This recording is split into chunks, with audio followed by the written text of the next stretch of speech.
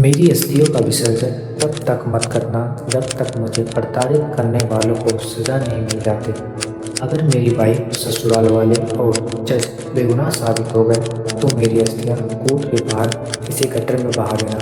मैं हूँ अतुल सुभाष। तो ये तो सार्वजनिक बात है, अगर ये सब भी नहीं पकड़ पाते हैं तो फिर मेरी अस्थियां बाहर ही जाएं गटर में, कोर्ट के बाहर। तो ये मेरी कुछ अंतिम इच्छाएं हैं। इसी के साथ मैं ये वीडियो बंद करता हूँ। अब से थोड़े बहुत जो मेरे आखिरी काम है कंप्लीट करके मैं मुक्ति पाना चाहूंगा।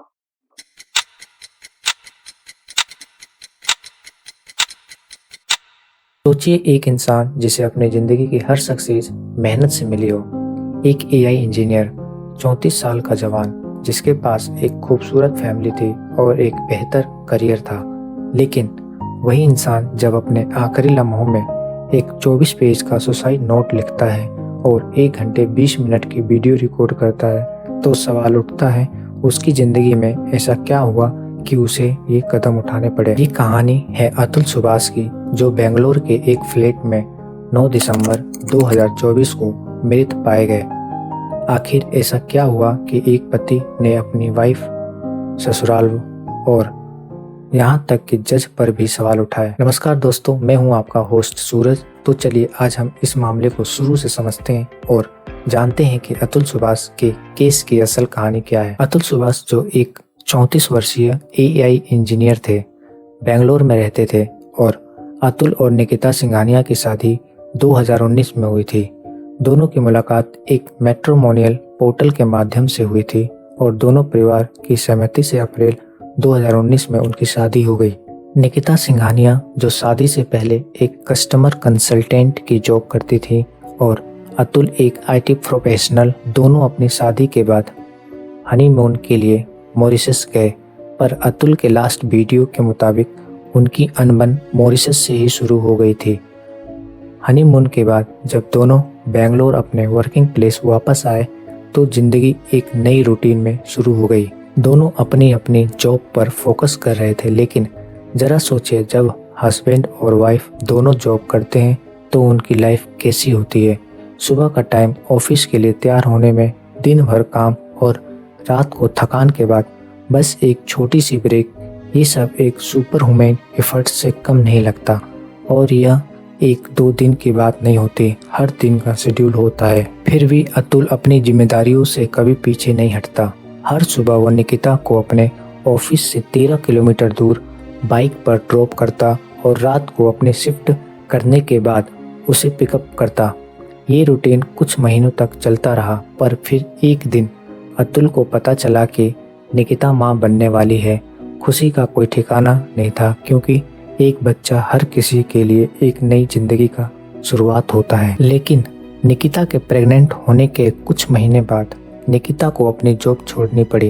रीजन डिसिप्लिन इशू की वजह से उनका ऑफिस उन्हें सपोर्ट करने के लिए रेडी नहीं था। निकिता के लिए ये फेज इमोशनली और फिजिकली चैलेंजिंग था। लेकिन निकिता के जॉब छोड़ने के बाद उसके व्यवहार में धीरे धीरे बदलाव आने लगा। अब वो अपना ज़्यादा समय फ़ोन पर अपनी माँ, रिश्तेदारों और दोस्तों से बात करने में लगाने लगी।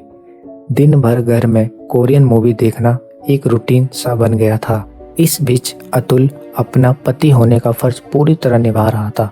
निकिता की प्रेगनेंसी को लेकर अतुल ने इंश्योर किया कि निकिता को घर के कामों का कोई स्ट्रेस ना हो। उसने घर में एक कुक और सफाई के लिए मेड रख दिया। और जब ये भी काफ़ी नहीं लगा तो अतुल की माँ गांव से बेंगलोर आ गई ताकि वो निकिता के अच्छे से ख्याल रख सके। लेकिन अतुल के लिए सब कुछ स्मूथ नहीं था। अतुल का कहना था कि निकिता की माँ, जो उसका सपोर्ट सिस्टम होनी चाहिए थी, उन्होंने प्रेगनेंसी के सेंसिटिव फेज में कुछ ऐसी चीज़ें शेयर करती थी जो निकिता के लिए मेंटली डिस्टर्बिंग हो सकती थी। जैसे कि निकिता की माँ निकिता को उसके मायके के होने वाले लड़ाई, डिवोर्स और मतलब वो हर निगेटिव चीज़ें उसको प्रेगनेंसी के दौरान बताया करती थी, चाहे वो बुरा हो या अच्छा। इसके अलावा निकिता की माँ ने उससे चिकन, मांस और मछली खाने का सजेशन दिया, जो शायद निकिता के लिए अच्छा नहीं था। अतुल को ये लगता था कि प्रेगनेंसी के दौरान सिर्फ वही चीज़ें खानी चाहिए जो माँ और बच्चे के लिए बेनिफिशियल हो और उनका मन खुश रखना चाहिए। अतुल ने ये सब समझाते हुए अपने तरफ से पूरी कोशिश की निकिता का प्रेगनेंसी फेस स्ट्रेस फ्री और कंफर्टेबल रहे।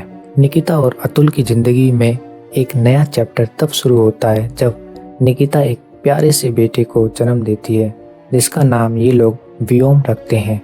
अतुल और उसकी फैमिली के लिए ये खुशी का एक बड़ा मौका था। अतुल के माँ बाप, छोटे भाई और निकिता का परिवार के लोग सभी इस नए मेंबर के स्वागत करने बेंगलोर आते हैं। निकिता का 27 साल का छोटा भाई अनुराग सिंघानिया और उसकी मां निशा सिंघानिया भी गांव से आकर बच्चे की लंबी उम्र की पूजा में शामिल होते हैं। सब कुछ ठीक चल रहा था, लेकिन इस बीच निकिता की मां अपनी बेटी को अतुल के परिवार के खिलाफ उल्टे सीधे बातें सुनाने लगती थी, जो घर के एनवायरनमेंट को बिगाड़ने का कारण बन रही थी। पूजा खत्म होने के 2 दिन बाद 20 अप्रैल को दोनों फैमिली वापस गांव लौट जाते हैं, लेकिन उसके तुरंत बाद 22 अप्रैल को पूरे देश में लॉकडाउन लग जाता है। 22 मार्च रविवार को सुबह 7 बजे से रात 9 बजे तक सभी देशवासियों को जनता कर्फ्यू का पालन करना है। इस जनता कर्फ्यू के दरमियान कोई भी नागरिक घरों से बाहर न निकले, न सड़क पे जाए, न मोहल्ले में या सोसाइटी में इकट्ठे हो, अपने घरों में ही रहें। लॉकडाउन की वजह से सब लोग अपने घरों तक सीमित हो गए और अतुल के घर का कुक और सफाई वाली बाई भी आना बंद हो गई। अब निकिता हर दिन के घर के काम और बच्चे की जिम्मेदारियों से वो थक गई थी। एक दिन वो अतुल से कहती है, मुझसे अब ये सब और बच्चे को संभाला नहीं जा रहा। फिर भी अतुल अपनी तरफ से हर मुमकिन कोशिश करता रहा। उसने अपने घर के पास रहने वाली एक बाई को छुपकर काम पर बुलाया, जो सुबह आती और रात के अंधेरे में घर के काम निपटा कर चली जाती। अतुल के लास्ट वीडियो के मुताबिक लॉकडाउन के उस मुश्किल समय में उस बाई ने उनका बहुत साथ दिया, खासकर बच्चे संभालने में। लेकिन कभी कभी बाई नहीं आती थी और तब निकिता को पूरा घर का काम करना पड़ता था। इस दौरान निकिता की माँ उस वक्त भी फोन पर निकिता के कान भरते हुए कहती थी, अगर तू सब काम करेगी तो अतुल हमेशा तुझे ऐसे ही काम करवाता रहेगा। ये बातें निकिता और अतुल के रिश्ते में दरार डालने का कारण बन रही थी। घर के रोज के झगड़े और कलेश के बीच अतुल अपने घर, बच्चे और ऑफिस का काम को मैनेज करता हुआ निकिता को सपोर्ट करता रहा। जैसे जैसे लॉकडाउन के बाद जिंदगी नॉर्मल होने लगी, निकिता ने अतुल से कहा, मुझे कुछ करना है, अपने करियर को वापस शुरू करना है। अतुल ने बिना किसी हेजिटेशन के निकिता के फैसले को सपोर्ट किया और उसे प्रोग्रामिंग लैंग्वेज सीखने में मदद की। अतुल जो खुद एक आईटी प्रोफेशनल था, इसलिए अतुल निकिता को आर्टिफिशियल इंटेलिजेंस और कोडिंग बेसिक्स सिखाने के साथ साथ उसके इंटरव्यू प्रिपरेशन में भी गाइड किया करता था। अतुल के सपोर्ट और निकिता के हार्डवर्क के बावजूद शुरू के कुछ महीनों तक उसका सिलेक्शन नहीं हो सका, लेकिन 1 साल की मेहनत के बाद 2021 में निकिता का सिलेक्शन एक मल्टीनेशनल कंपनी एसेंचर में हो गया और अप्रैल 2021 में उसके ज्वाइनिंग दिल्ली के एसेंचर ऑफिस में होना था। लेकिन अब बात करते हैं निकिता के फैमिली द्वारा अतुल से पैसे के डिमांड के बारे में। 2020 में लॉकडाउन के कारण निकिता की मां के बिजनेस को भारी नुकसान हुआ, जिसके चलते उन्होंने निकिता को अतुल से 3 लाख रुपए मांगने को कहा। नए रिश्ते के कारण अतुल ये समझ नहीं पाया और उसने तुरंत 3 लाख निकिता की मां के अकाउंट में ट्रांसफर कर दिए। कुछ महीनों बाद निकिता की मां ने फिर से अतुल से 15 लाख रुपए मांगे, ये कहकर कि उन्हें अपने बिजनेस को दोबारा खड़ा करना है। इस बार अतुल पैसे देने के लिए तैयार नहीं था, लेकिन निकिता ने उस पर इतना दबाव डाला कि घर में रोज झगड़े होने लगे। आखिरकार मार्च 2021 में अतुल ने निकिता के परिवार को 9 लाख और फिर 4 लाख और ट्रांसफर कर दिए, लेकिन लालच यहीं खत्म नहीं हुआ। अब निकिता का परिवार अतुल से एक हाई सोसाइटी में घर खरीदने के लिए 50 लाख की मांग करने लगे। इस बार अतुल ने साफ मना कर दिया। वह समझ चुका था कि उसे पैसे के जाल में फंसाया जा रहा है। जब अतुल ने पहले दिए गए 3 लाख, 9 लाख और 4 लाख रुपए वापस मांगे तो निकिता का परिवार उन्हें लौटाने से साफ इनकार कर दिया। इसके बाद निकिता ने घर में रोज झगड़े करना शुरू कर दिए, जिसके कारण अतुल की जिंदगी तनाव और विवाद से भर गई थी। अब समय होता है उसके दिल्ली ऑफिस में शिफ्ट होने की। निकिता का जॉब एसेंचर के दिल्ली ऑफिस में था। इस वजह से उसने अतुल से बहस करके अपने बच्चे को लेकर दिल्ली शिफ्ट होने का फैसला कर लिया। दिल्ली जाकर निकिता ने अपने बच्चे को अपनी माँ के घर छोड़कर और खुद जॉब करने लगी। अतुल एक बार फिर से अकेला पड़ गया। अतुल अपने बच्चे के लिए तरसता रहा और हर दिन निकिता को फ़ोन करके अपने बच्चे से बात करने की कोशिश करता। कभी निकिता उसके बच्चे से बात करवा देती और कभी नहीं करवाती। धीरे धीरे ये चीज़ अतुल के लिए अनबिरेबल होने लगी। एक पिता के लिए अपने ही बच्चे से दूर रहना और उसकी एक झलक के लिए तरसना शायद जिंदगी का सबसे बुरा और तकलीफदेह मोमेंट होता है। निकिता सिंघानिया और अतुल सुभाष के बीच रिश्ते धीरे धीरे तनावपूर्ण हो गए। निकिता ने अतुल से अलग रहना शुरू कर दिया, लेकिन अतुल अपने बेटे व्योम से जुड़ाव बनाए रखना चाहता था। वह लगातार निकिता और उसके परिवार से संपर्क करता रहा, लेकिन निकिता ने अपने बेटे को अतुल से बात करने से रोक दिया क्योंकि निकिता की फैमिली को अतुल पैसे का डिमांड पूरा नहीं कर रहा था। इसलिए निकिता की फैमिली उसके बच्चे से अतुल की बात नहीं करवा रहे थे। स्थिति इतनी बिगड़ गई कि निकिता ने जौनपुर कोर्ट में तलाक का मुकदमा दायर कर दिया। तलाक के साथ ही उसने अदालत में अतुल से हर महीने 2 लाख का गुजारा भत्ता की मांग की। इसमें 1 लाख खुद के लिए और 1 लाख बेटे व्योम के पालन पोषण के लिए शामिल थे, लेकिन न्यायालय ने पत्नी को गुजारा भत्ता देने का निर्देश देने से इनकार कर दिया। हालांकि बच्चों के भरण पोषण के लिए हर महीने अतुल को 40,000 रुपये देने का आदेश दिया गया। इसके अलावा निकिता ने अतुल के खिलाफ कुल 9 मामले दर्ज कराए। इनमें से 5 मामले इलाहाबाद उच्च न्यायालय में दाखिल किए गए थे। बाकी 4 मुकदमे जौनपुर की अदालत में दायर किए गए, जिसमें दहेज उत्पीड़ना, घरेलू हिंसा, भरण पोषण के लिए गुजारा भत्ता बढ़ाने की याचिका और मानसिक और शारीरिक उत्पीड़न के आरोप थे। अब बात करते हैं अतुल के हरासमेंट की, जिसमें निकिता की फैमिली ने उसे कैसे परेशान किया और इसमें एक लेडी जज की भी इन्वॉल्वमेंट भी शामिल थी।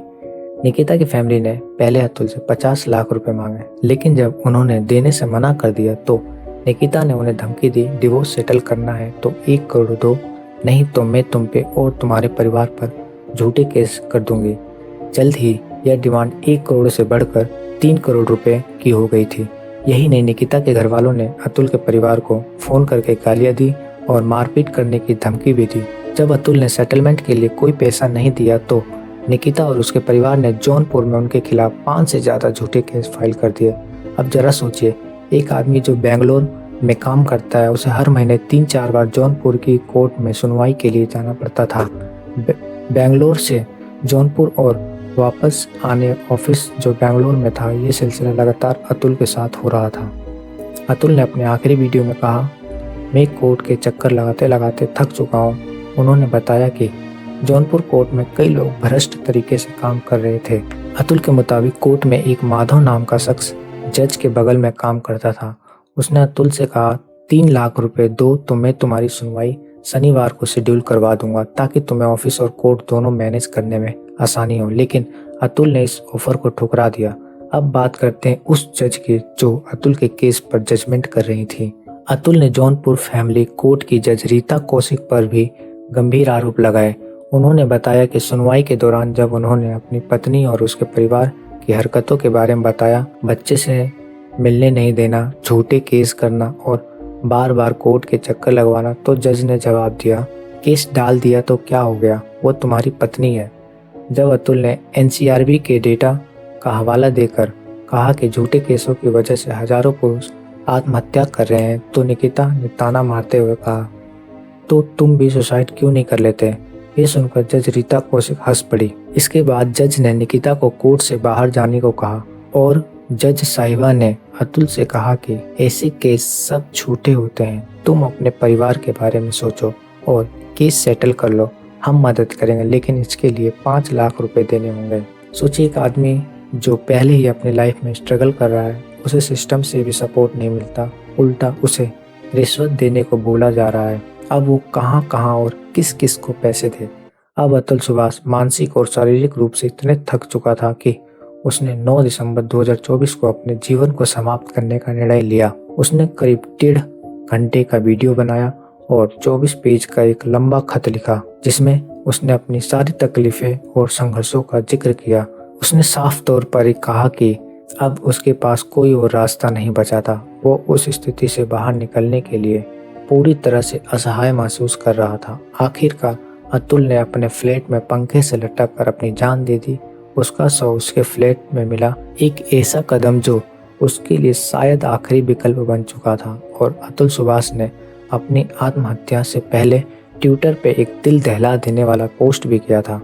उसने लिखा, जब आप ये पढ़ रहे होंगे मैं मर चुका हूँगा। भारत में पुरुषों के खिलाफ कानूनी नरसंहार हो रहा है। इसके बाद उसने दुनिया के सबसे पावरफुल 2 आदमियों को, एलोन मस्क और डोनाल्ड ट्रंप को टैग करते हुए कहा, एक मृत आदमी आपसे विनती करता है कि आप वोक विचारधाराओं, गर्भपात और DEI डाइवर्सिटी, इक्विटी, इंक्लूजेशन के चलते लाखों जिंदगियों को बचाएं।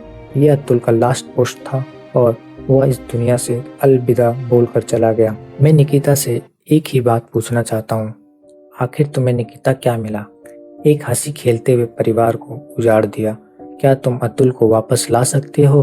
क्या तुम उसके माँ बाप, भाई को वापस ला के अतुल की जिंदगी दे सकती हो? क्या तुम अपने बच्चे के बाप को वापस ला सकते हो? नहीं ला सकते तुम। अतुल के साथ जो उसकी वाइफ ने किया, उस घटना से ये साबित होता है कि कभी कभी कुछ रिश्ते इतने खतरनाक हो जाते हैं कि उनका असर सिर्फ व्यक्ति पर नहीं बल्कि उसके परिवार पर भी पड़ता है। अतुल की पत्नी का ये कदम ना सिर्फ उसके पति को मारने का था बल्कि उसने अपने परिवार के सारे सपने, खुशियाँ और भरोसा भी तोड़ दिया। अतुल सुभाष के माता पिता अपने बेटे के लिए न्याय की लड़ाई लड़ रहे हैं। उनका कहना है कि अतुल ने जिस अन्याय का सामना किया वह दिल दहलाने वाला था। वे अपने पोते की परवरिश और सुरक्षा को लेकर भी चिंतित हैं। उन्हें भारत की न्यायिक व्यवस्था पर पूरा भरोसा है कि उनके बेटे को इंसाफ मिलेगा। इस घटना ने समाज को महिलाओं और पुरुषों के अधिकारों के संतुलन पर विचार करने का एक नया दृष्टिकोण दिया है। अगर आपके या आपके किसी परिचित के मन में आता है खुदकुशी का ख्याल, तो यह बेहद गंभीर मेडिकल इमरजेंसी है। तुरंत भारत सरकार के जीवन साथी हेल्पलाइन नंबर 1800233330 पर संपर्क करें। आप टेलीमानस हेल्पलाइन नंबर 1800914416 पर भी कॉल कर सकते हैं। यह आपकी पहचान पूरी तरह से गोपनीय रखी जाएगी और स्पेशलिस्ट आपको इस स्थिति में उभरने के लिए जरूरी परामर्श देंगे। याद रखिए, जान है तो जहान है, इसलिए अपना और अपने परिवार का ख्याल रखिए। और अगर आपको हमारी वीडियो थोड़ी सी भी इंफॉर्मेटिव लगी हो तो हमारे चैनल को लाइक, शेयर और सब्सक्राइब करना ना भूलें। मिलते हैं अगले केस में। जय हिंद, जय भारत।